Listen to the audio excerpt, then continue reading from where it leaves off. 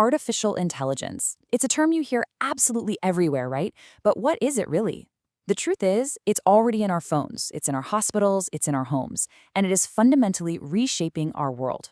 So in this explainer, we're going to cut through all the noise and build a really clear foundational understanding of what AI is, how it thinks, and what its impact on our lives actually looks like. Okay, so at its very core, AI is the science of making machines that can mimic human intelligence. But here's the real kicker. The goal isn't just to do a single task. It's to iteratively improve based on new information. To learn and adapt, a lot like we do. And that, right there, brings us to the huge question that has driven this entire field for decades. What does it really mean for a machine to be intelligent? Is it about flawlessly copying how a person thinks? Or is it just about getting the right answer, no matter how it gets there?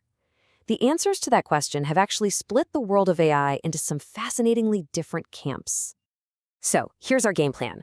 We'll start with a quick look at the history, then dive into the 4 main paths researchers have taken to build intelligence. After that, we'll see all the different fields that make up AI's foundation, get a handle on how AI actually perceives and acts in the world, and finally, we'll check out its massive impact all around us. First up, let's get some context. While AI feels so futuristic, its roots actually go back a lot further than you might think.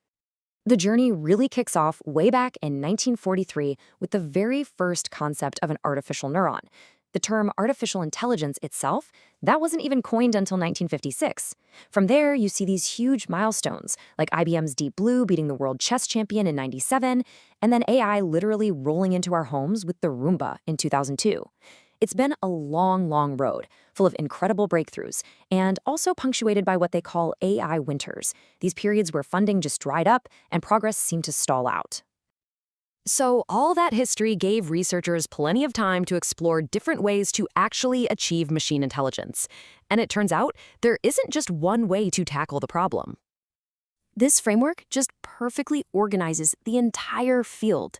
The approaches are split along 2 key questions. First, is the goal to think or to act? And second, is the benchmark for success being human-like, or is it about being perfectly rational? This simple grid gives us 4 totally distinct ways to build AI. First up, we have acting humanly, and this is the classic sci-fi vision of AI, right? The ultimate test here is the famous Turing test. Can an AI fake being human so well that you can't tell you're talking to a machine? A lot of today's advanced customer service chatbots, they're trying to do exactly that. The second path is thinking humanly. Now here, it's not enough to just get the right answer. The real goal is to copy the process. This is called cognitive modeling, building a system that actually tries to follow the same messy, complex steps a human brain would. And this is the direct inspiration for artificial neural networks, which are literally designed to simulate how our own neurons fire and connect. Third is thinking rationally. This approach cares way less about being human-like and much more about being provably correct. It's all rooted in formal logic, what they call the laws of thought. A classic example would be an early medical expert system that says, if symptom A and symptom B are present, then the diagnosis must be C. It's just pure, cold logic. And finally, we have the fourth and, you could argue, the most dominant approach in modern AI, acting rationally. Here, the system doesn't need to think like a person at all. It just needs to do the right thing, to act in a way that achieves the best possible outcome. A chess algorithm doesn't sit there and ponder the game like a grandmaster. It mathematically calculates the single best move to maximize its chance of winning. That's a rational agent. Okay, so now that we've seen the different goals of AI, let's look at what it's actually made of. AI isn't just computer science. It's more like a rich recipe, blending ingredients from tons of different fields. Seriously, AI is a true melting pot of ideas. It pulls from philosophy, mathematics, economics, neuroscience, psychology, linguistics. The list goes on. All of these fields provide absolutely essential concepts that make modern AI possible. Let's just look at a couple of key examples. Philosophy basically sets the stage. It asks the huge, foundational questions that AI researchers are still trying to answer. Like, how can a physical thing like a brain or a silicon chip give rise to a mind? Where does knowledge even come from? Philosophy defines the problems that AI is trying to solve. Then you've got neuroscience, which provides the biological blueprint. Researchers literally looked at the brain's hardware, this biological neuron right here, and found their inspiration. Its structure, with dendrites taking in signals and an axon sending them out, became the direct model for artificial neural networks. It's a perfect case of technology mimicking biology. So, how does all of this theory actually build into something practical? Well, we've talked about acting rationally, and the concept that makes this whole thing work is the intelligent agent. An intelligent agent is really just something that can sense its environment and then act on it to achieve a goal.